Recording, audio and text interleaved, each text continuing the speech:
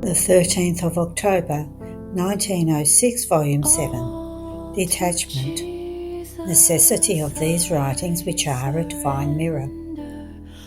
As I was in my usual state, my good Jesus made himself seen for a little while, and he told me, "My daughter, in order to know whether the soul is stripped of everything, it is enough to see this. If holy or even indifferent desires arise within her, and she is ready to sacrifice them to the divine volition with holy peace, it means that she is stripped.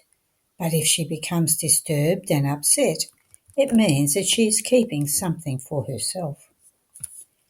Hearing the word desire, I said, "My highest good, my desire is that I would rather not write any more. How it weighs on me. If it wasn't for fear of going out of your will and of displeasing you, I would not do it." And he, breaking my words, added, "You do not want it, and I want it. That which I say to you, and which you write out of obedience for now, serves as a mirror for you, and for those who take part in directing you. But the time will come when it will serve as a mirror for others. So that which you write, spoken by me, can be called divine mirror. And you would want to take this divine mirror away from my creatures? Watch it seriously, my daughter, and do not want to restrict this mirror of grace by not writing anything." On hearing this, I remained confused and humiliated, with a great repugnance to write these last words of his. But obedience absolutely imposed it on me, and only to obey, I wrote. Deo gratias. End of the reading. 13th of October 1916, Volume 11. How the angels are around the soul who does the hours of the Passion. These hours are sweet little sips that souls give to Jesus. I was doing the hours of the Passion, and blessed Jesus told me, "My daughter, in the course of my mortal life, thousands and thousands of angels were the cortege of my humanity, gathering everything I did, my steps, my works, my words, and even my sighs, my pains, the drops of my blood, in sum, everything. They were the angels in charge of my custody and of paying me honour. Obedient to my every wish, they would rise to and descend from heaven to bring to the Father what I was doing. Now these angels have a special office, and as the soul remembers my life, my passion, my blood, my wounds, my prayers, they come around this soul and gather her words, her prayers, her acts of compassion for me, her tears, and her offerings. They unite them to mine, and they bring them before my majesty to renew for me the glory of my own life. The delight of the angels is so great that, reverent, they listen to what the soul says and pray together with her. So, with what attention and respect must the soul do these hours, thinking that the angels hang upon her lips to repeat after her what she says. Then he added, "After the so many bitternesses that creatures give me, these hours are sweet little sips that souls give me. But for the many bitter sips I receive, the sweet ones are too few. Therefore, more diffusion, more diffusion." End of the reading. The 13th of October 1921, Volume 13. All of the words of Jesus are founts which lead and spout toward eternal life. I felt oppressed, thinking that I am forced to say and write even the tiniest things the good Jesus tells me. Then on coming, he said to me, "My daughter, each time I speak to you, I intend to open a little fountain in your heart, because all of my words are founts which lead and spout toward eternal life. But so that these founts may form in your heart, you must also put something of your own. That is, you must chew them thoroughly, to be able to swallow them into your heart and open the fount. By thinking about them over and over again, you form the mastication. By telling them to those who have authority over you, and as you are assured that they are my words, you swallow them with no doubt, and you open the fount for yourself. And at the concurrence of your need, you use them, drinking in large gulps from the fount of my truth. By writing them, you open the channels which can serve all those who would like to quench their thirst, so as not to let them die of thirst. Now, by not telling them, you don't think about them, and by not chewing them, you cannot swallow them. So you run the risk that the fount will not be formed, and that water will not spring forth. And when you need that water, you will be the first to suffer thirst. And if you do not write them, not opening the channel, of how many goods will you deprive others? Now, as I was writing, I thought to myself, it is some time that my sweet Jesus has not been speaking to me about his most holy will, but about other virtues. I feel more inclined to write about his most holy will. I feel more of a taste for it, as if it was something exclusively mine, and his will is enough for me in everything. And my benign, always benign Jesus came, on coming, told me, my daughter, you should not be surprised if you enjoy more and feel more inclined to write about my will. In fact, hearing, speaking, and writing about my will is the most sublime thing which can exist in heaven and on earth. It is that which glorifies me the most and takes all goods together, and the whole of sanctity all at once. On the other hand, the other truths, each enclosed in its own distinct good, they are drunk sip by sip, climbed step by step, and they adapt to the human way. With my will instead, it is the soul that adapts herself to the divine way. It is not sips that she drinks, but seas, not stairs that she climbs, but flights that she takes toward heaven in the twinkling of an eye. Oh, my will, by just hearing it from you, it brings me such joy and sweetness. And as I feel surrounded by my will contained in the creature, as if by another immensity of mine, I feel such a taste that it makes me forget about the evil of the other creatures. You must know that I have manifested to you great things about my will, which you have not yet chewed well and digested, in such a way as to take all the substance and form the whole mass of blood in your soul. Once you have formed all the substance, I will come back again and I will manifest to you other things, more sublime, about my will, and as I wait for you to digest them well, I will keep you occupied with the other truths which belong to me, so that if creatures do not want to make use of the sea, of the sun of my will, in order to come to me, they may use little fountains and channels to come to me, and take for their own good the things that belong to me. End of the reading. The 13th of October 1926, Volume 20, How the Divine Will Form the Eclipse for the Human Will.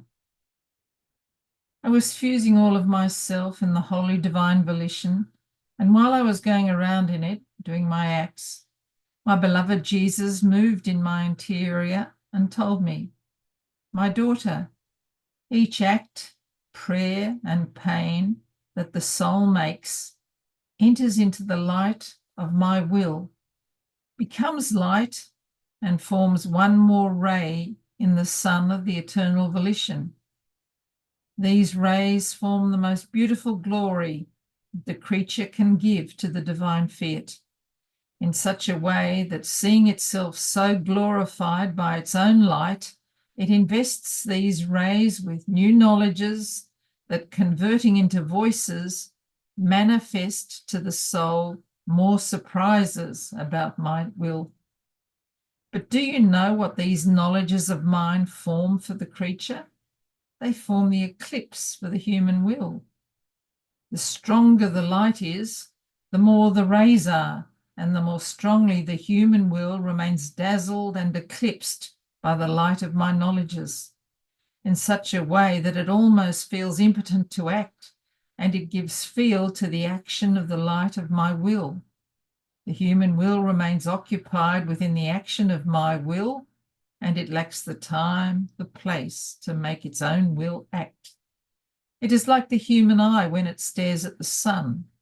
The strength of the light invests the pupil, and lording over it, it renders it impotent to look at other things. But in spite of this, the eye has not lost its vision. It is the strength of the light that has this power. It takes away any other object from one who looks at it and allows him to look at nothing but light.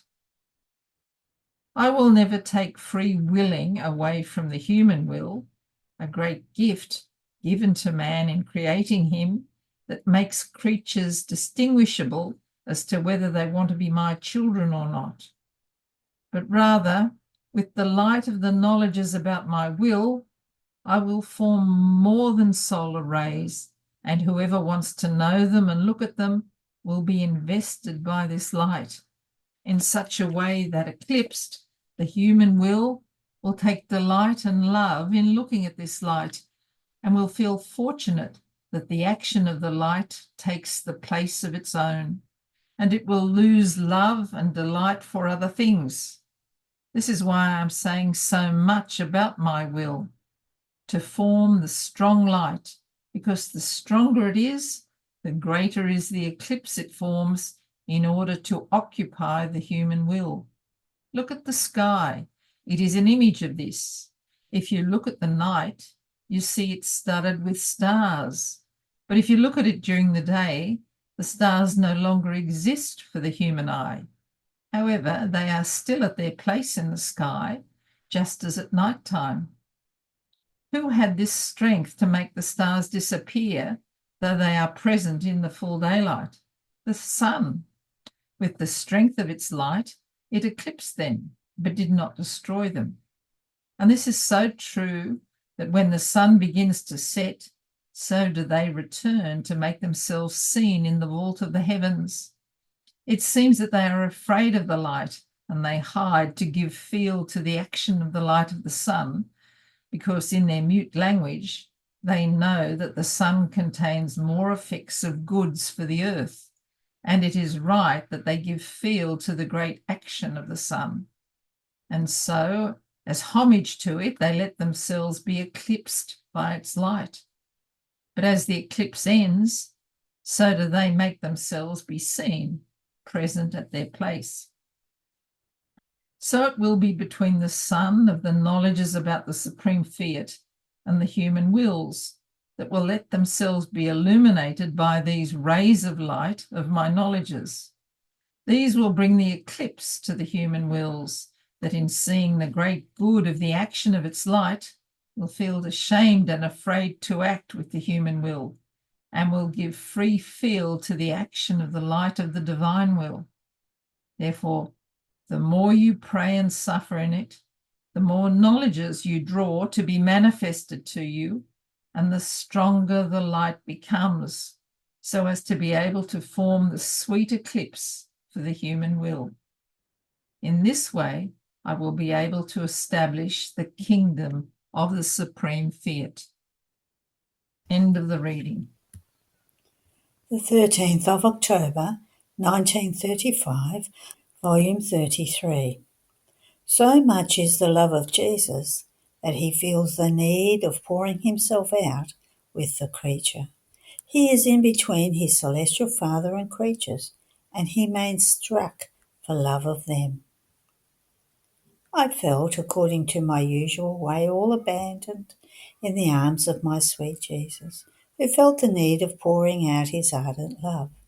To speak of his love is an outlet, to make understood in what sufferings, straits, shackles his love puts him, is for him the greatest relief. And oh, how excruciating it is to hear him with a suffocated voice, in tears, afflicted, in an undertone say, "Love me, love me. I want nothing other than love." Not to be loved is the greatest of my sorrows. And why am I not loved? Because my will is not done. It is the bearer of my love, and it makes me loved by the creature with divine love. And I, feeling my love, feel myself free from the intensity of my flames, and I give the sweet refreshment, the rest, the relief in my own love that the creature gives me. Now, while I thought this, my highest good Jesus, visiting my little soul, made himself seen, enveloped in his flames. He told me, "My daughter, if you knew in what straits my love places me, listen to me. My celestial Father was mine. I loved him with such intensity of love that I would consider myself happy to give my life so that no one would offend him. I was one single thing with him, my life itself, and not loving him I could not do, nor did I want to do. Our divine virtue formed one single love with my celestial Father, therefore inseparable. Creatures on the part of my humanity were mine, incorporated with me. I could say they formed my humanity itself. How not to love them? It would be like not loving one's own life, and owing what conditions, intrigues, shackles my love placed me. Listen, I loved my Father. Seeing him offended was the greatest of my martyrdoms. I loved creatures, they were already mine. I felt them in me, and of these there were no offences that they did not make, ingratitudes that they did not commit, that my dear celestial Father justly wanted to strike them, to get rid of them. And in the middle between the one and the other I remained struck by him whom I loved so much, and enduring the sufferings of those creatures, lamenting for them. And as I remained with the Father, I too was offended. I loved them even to folly, and I placed my life in order to save every single creature. I could not, nor did I want to, withdraw myself from my celestial Father, because he was mine and I loved him. Rather, it was my duty as his true son to give him again all the glory, the love, the satisfaction that all creatures owed him.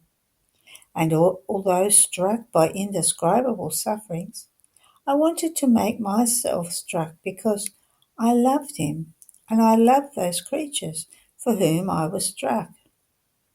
Only my love, because it is divine, knows how to form such loving inventions, such shackles, as to give of the incredible, and it forms the heroism of true love, so much so that it ends with remaining burned, consumed, on the stake of love for the one whom it loved, and it holds them as being incorporated in itself, that they form its very life. Alas, in what straits my love places me! It fills me so much that I feel the need of pouring out from me works, sufferings, light, surprising graces, in order to give outpouring to my love. And it is such and so much that I'm always inside and outside of her, in order to serve her. And now I serve her with light in the sun, in order to be able to continue this outpouring of love. Now I serve her in the air, in order to make her breathe. Now I serve her in the water, in order to quench her thirst. Now in the plants, in order to nourish her. Now in the wind, in order to caress her. In the fire, in order to warm her. There is nothing done by me as much in creation as in redemption, in which my love, not being able to contain itself within itself, went forth, in order to give an outpouring of love toward the creatures. Now who can tell you how much I suffer in not seeing myself loved? How my love remains tortured by human ingratitude. I arrive at even making her offences mine, in order to grieve as if they were mine, even to doing the penitence of them owed by her. I take on my shoulders all her evils, in order to change them into good. I make her mine, all mine, even to giving her a place in my humanity, as a member very dear to me. I keep devising always new inventions of love in order to let her feel how I love her, and not seeing myself loved. What suffering, what sorrow. Therefore, my daughter, love me, love me. When I feel loved, my love finds its rest, and its loving tortures changed into sweet refreshments. End of the reading. There are no more readings today. Have a blessed day.